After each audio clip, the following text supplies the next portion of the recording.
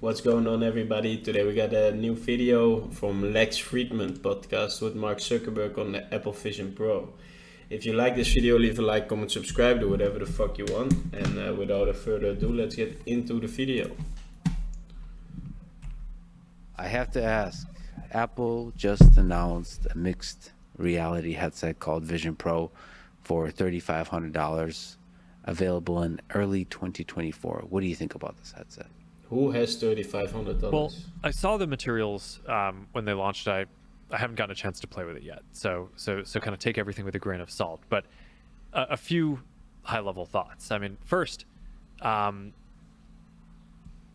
do think that this is a certain level of validation for the category, right? Where when we were the primary folks out there before saying, "Hey, I think that this." Virtual reality, augmented reality, mixed reality, this is going to be a big part of the next computing platform. I think having man Apple a robot? come in and share that vision will make a lot of people who are fans of their products really consider that.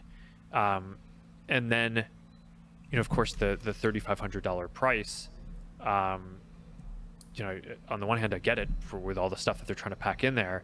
On the other hand, a lot of people aren't going to find that to be affordable. Nope. So I think that there's a chance that them coming in actually increases demand for the overall space, and that Quest 3 is actually the primary beneficiary of that, because a lot of the people who might say, "Hey, this, I'm going to give another consideration to this," or now I understand maybe what mixed reality is more. And Quest 3 is the best one on the market that I can afford, and it's great also, right? I think that's and in our own way, I think there are a lot of features that we have where we're leading on, so I think that I think is going to be that could be quite good, and then obviously over time the companies are just focused on somewhat different things, right? Apple has always, I think, focused on building really kind of high-end things, whereas our focus has been on we have a more democratic ethos. We want to build things that are accessible to a wider number of people. We've sold tens of millions of Quest devices. My understanding, just based on rumors, I don't have any special knowledge on this, is that Apple is building about 1 million of their device, right? So just in terms of like what you kind of expect in terms of sales numbers, times 3,500. I just think that this is, Quest is going to be the primary thing that people in the market will continue using for the foreseeable future. And then obviously over the long term, it's up to the companies to see how well we each executed the different things that we're doing. But we kind of come at it from different places. We're very focused on social interaction, communication, being more active, right? So there's fitness, there's gaming, there are those things.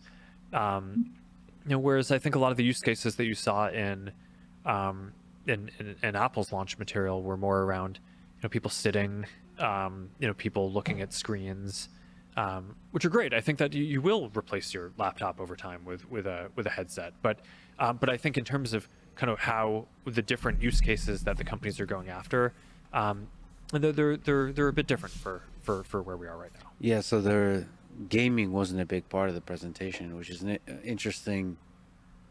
It feels like mixed reality gaming is such a big part of that. It was interesting to see it missing in the presentation. Well, I mean, look, there are certain design trade-offs in this where, I think they made this point about not wanting to have controllers, which on the one hand, there's a certain elegance about just being able to navigate the system with eye gaze and hand tracking. And by the way, you'll be able to just navigate Quest with your hands too, if that's what you want. One of the things I should mention is that the capability from the cameras to with computer vision to detect certain aspects of the hand, allowing you to have a controller that doesn't have that ring thing. Yeah, the hand tracking in Quest 3 and the controller really nice. Tracking is a big step up from the last generation. And one of the demos that we have is basically an MR experience teaching you how to play piano, where it basically highlights the notes that you need to play, and it's like it's hands, it's no controllers. Mm-hmm. But I think if you care about gaming, having a controller allows you to have a more tactile feel and allows you to capture fine motor movement much more precisely than what you can do with hands without something that you're touching. So again, I think it's there are certain questions which are just around what use cases are you optimizing for.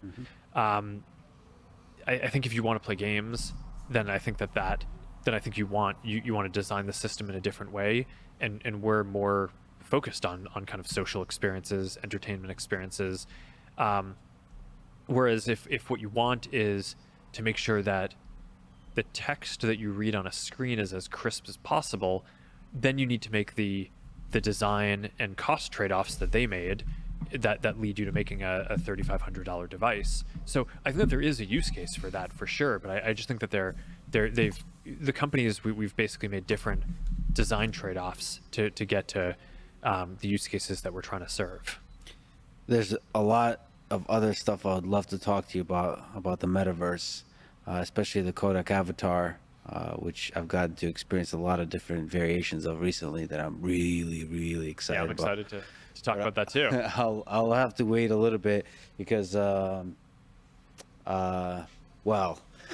I think there's a lot more to show off in that regard. All right, let me do some push-ups for you.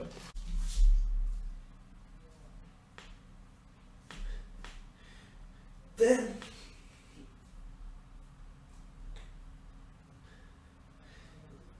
20.